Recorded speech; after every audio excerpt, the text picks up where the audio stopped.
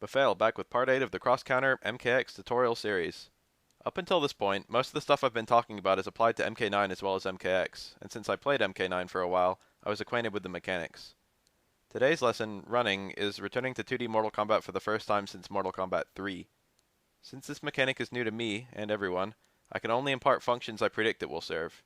This should really be the longest video I make since it's the most technical and the newest mechanic, but I'm going to warn you guys right now that I could well be wrong about things running is good for, or leave out useful things it does.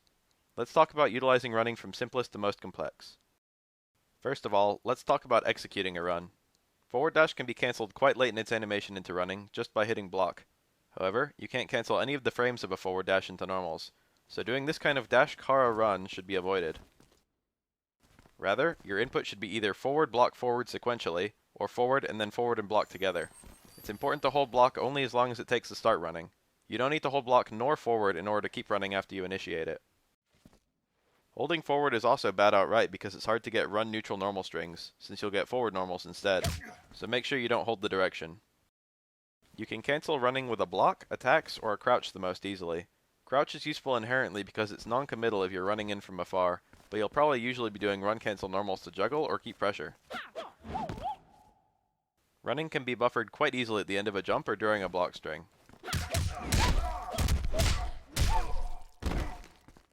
This doesn't seem to be true for Liu Kang, but some characters need to do run to do their bread and butter combos.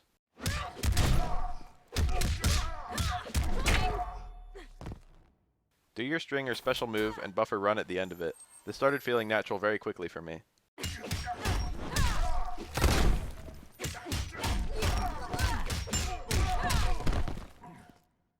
Air-to-air connects leave the player very little time to combo.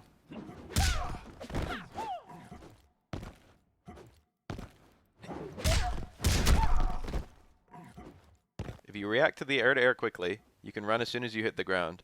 This usually gives you much higher damage. Note that jump punches are easier to combo out of than jump kicks. I've already shown, but you can use a short run after ducking fireballs to rapidly approach the opponent. It's difficult for them to punish you since you can cancel your run into a block at any time.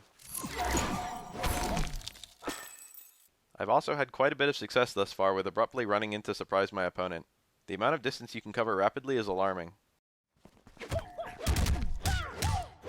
Look at the speed and presence of this overhead and this low.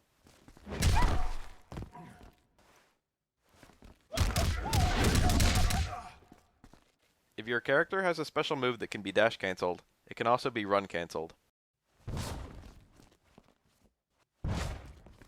So I can cancel to a fireball, run cancel the fireball, and continue a combo.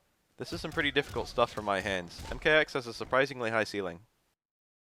I've noticed that while forward dash costs no endurance normally, dash cancelling Liu Kang's fireballs takes a little chunk. This kind of pressure is probably the reason you have a finite amount of endurance in the first place. Neutral strings become plus, and new combos become possible.